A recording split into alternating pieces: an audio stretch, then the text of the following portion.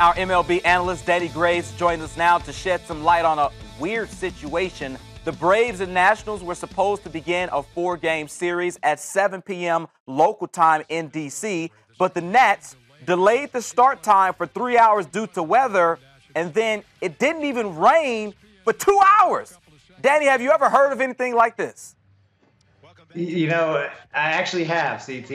This is not out of the ordinary. I don't think it's as uncommon as people think, or as it sounds like it is. You know, anytime there's bad weather in the horizon, I think the grounds crew are overly cautious, and I'm glad that they are, but they're cautious in the fact that we don't want to start a game and then, you know, possibly have the rain come sooner than we think. And then next thing you know, both teams lose their starting pitchers because they have to sit through a rain delay. So I think they're trying to be cautious. And yeah, it was a long time. It was 3 hours. I know a lot of fans were disappointed by it. Even some players from both sides were disappointed by it. But guess what? I'm not a weatherman. They're not weathermen. There's really nothing that they can do about it. You know, at the bottom line is the umpires and the Nationals grounds crew are in charge of when the game starts. So to me, it's better to be safe than sorry. You don't want to burn all these pitchers in the fear of having multiple rain delays. But, Danny, you don't have to be a weatherman. You don't have to be a certified meteorologist. Don't they have some access to a computer? Can't somebody check out a phone? It's 2017. They can't look at Doppler radar and see where the rain is and when it's coming. I mean, we got technology for this, right, Danny? Can't they call the local news and the local weather guy and he tell them what's going on?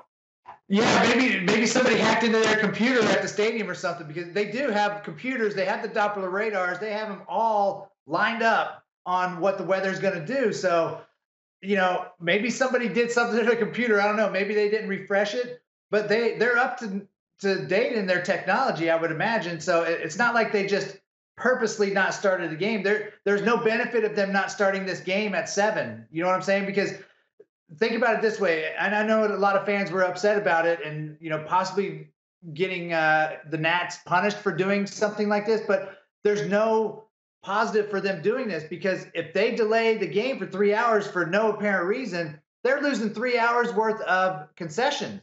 You know, people leave. That not everybody stays at the game, so they're losing money by having rain delays if they're trying to do it on purpose. You know what I'm saying? So that's why I don't think this is anything out of the ordinary. This is something that the Nats grounds crew saw, they thought was coming through the radar. So unfortunately, Mother Nature, they can't control it. Even if a computer says it's coming and Mother Nature decides it's not coming, what can you do? And certainly the umpires, if the game gets delayed, that means they have to work late as well. So they don't get off easy either. So they have a reason to try to get the game started as soon as possible. Exactly. For more on what happened with the Cubs today at Wrigley Field, it was a beatdown by Milwaukee, but they had to bring in a different pitcher, and Danny will have more on that.